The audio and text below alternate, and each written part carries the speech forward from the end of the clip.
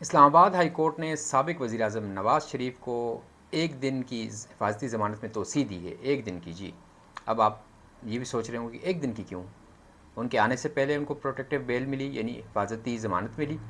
پھر وہ لاہور جلسے میں گئے، انہوں نے خطاب بھی کیا، تقریر کی جلسے میں، اور مفاہمت کا اعلان بھی کیا۔ آج 24 اکتوبر تک ان کو دو کیسز میں، جہاں ان کی اپیلیں زیر سماعت ہیں یا وہ ضمانت ان کو کروانی تھی، یا ایک جگہ وہ ضمانت پہ تھے، حفاظتی ضمانت پہ، 24 اکتوبر کو ان کو پیش ہوئے۔ توشہ خانہ ریفرنس، توشہ خانہ کیس، جو ان کی گاڑیوں انہوں نے بطور وزیر اعظم توشہ خانہ سے گاڑی حاصل کی تھی، اس کیس میں وہ اشتہاری تھے، اس کے بعد ان کو حفاظتی ضمانت ملی۔ آج وہ احتساب عدالت کے جج محمد بشیر، جی ہاں اسی محمد بشیر جج کے سامنے پیش ہوئے اور ان کو ضمانت مل گئی۔ 10 لاکھ روپے مچل کے جمع کروائے گئے، جس میں ان کو ضمانت ملی۔ اس کے بعد وہ اسلام آباد ہائی کورٹ پہنچے۔ اسلام آباد ہائی کورٹ میں وہی دکم پیل جو ہم عمران خان کے دور میں دیکھتے تھے جب وہ پیش ہوتے تھے، تو بس حالات وہی ہیں اس ملک کے، وہی اسی طرح چل رہی ہیں ساری عدالتیں، نیب، حکومت اور معاشرہ۔ تو وہی نون لیگ کے وکلاء تھے، عمران خان کے ساتھ تحریک انصاف کے وکلاء ہوتے ہیں، وہی دکم پیل ہوتی ہے، وہی شور شرابہ، شور و غل، نعرے بازی۔ خیر، کورٹ روم کے اندر نواز شریف پیش ہوئے تو ان کے وکلاء نے یہ کہا کہ اپیلیں بحال کروا رہے ہیں، جو بیرون ملک ہونے کی وجہ سے یا اشتہاری ہونے کی وجہ سے ان کی اپیلیں وہ اس وقت رک گئی تھیں، ان پہ سماعت رک گئی تھی، تو وہ بحال کروانے کے لیے کہ جو احتساب عدالت نے ان کو سزائیں سنائی تھیں العزیزیہ ریفرنس میں اور دوسرے ایون فیلڈ کیس میں، تو اس کے خلاف جو اپیلیں دائر کی گئی تھیں تو ان کو بحال کرنے کے لیے، تاکہ مزید کارروائی آگے چلے اور وہ جو فیصلے دیے گئے تھے ان پہ ان کو اپہیلڈ کیا جائے گا یا ان کو کالعدم قرار دیا جائے گا، جو بھی ہے۔ تو وہاں پر جسٹس میاں گل حسن اورنگزیب اور اسلام آباد ہائی کورٹ کے چیف جسٹس عامر فاروق نے کچھ سوالات کیے، کچھ تھوڑا سا ایگریسو بھی نظر آئے میاں گل حسن اورنگزیب جسٹس اسلام آباد ہائی کورٹ کے ڈویژن بینچ کے۔ تو پھر ایک دن کی ضمانت کیوں دی، ایک دن کی حفاظتی ضمانت کی، پرسوں پھر یعنی جمعرات کو پھر سماعت ہوگی، یہ بھی ایک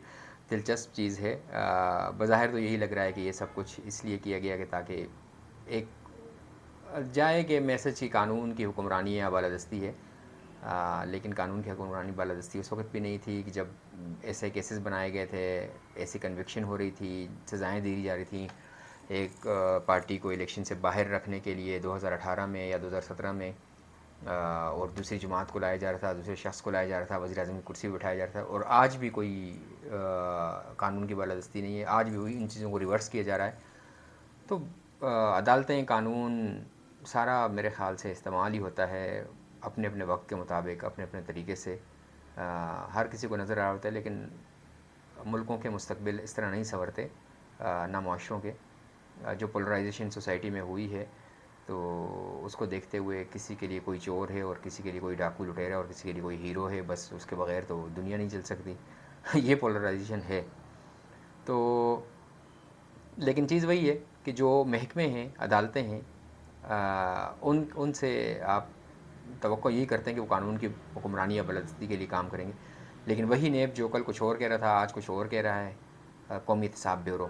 جب وہ نواز شریف کے خلاف کیسز بنائے گئے تھے، اس وقت جتنی ان کی ایگریشن تھی، غصہ تھا، اور جتنے وہ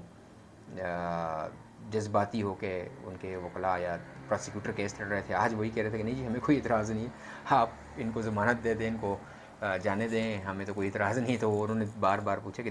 شریعت ہے، شریعت کا تقاضا ہے، آپ سے دوسری تیسری بار پوچھ لیتے ہیں، بتائیں کوئی اعتراض ہے، نہیں ہے؟ تو انہوں نے کہا نہیں جی ہم نہیں گرفتار کرنا چاہتے، ہمیں کوئی اعتراض نہیں ہے۔ اور انہوں نے کہا ٹھیک ہے جی، اگر آپ ایک طرف کہتے ہیں کہ ان پہ کرپشن اور کرپٹ پریکٹسز کا الزام برقرار ہے، لیکن دوسری طرف آپ کہہ رہے ہیں کہ ان کو چھوڑ بھی دیں نواز شریف کو، تو خیر جب ضمانت توسیع پہ ان کو اعتراض نہ ہوا تو ایک دن کی دے دی گئی، اور ان کو نیب کو یعنی قومی احتساب بیورو کے پروسیکیوٹر کو کہا گیا کہ آپ چیئرمین سے بات کریں، دوبارہ سوچ لیں، دیکھ لیں قانونی جو فارمیلٹی ہے۔ تو بظاہر یہ صرف ایک قانونی فارمیلٹی یا جو چیزیں ہیں ان کو پر کرنے کے لیے یا ان کو برقرار رکھنے کے لیے ایک ڈیکورم ہوتا ہے کہ تاکہ جی یہ نہ لگے کہ بس اس طرح کر دیا گیا سارا کچھ۔ تو یہ ایسے ہی ہو رہا ہے کہ جیسے آج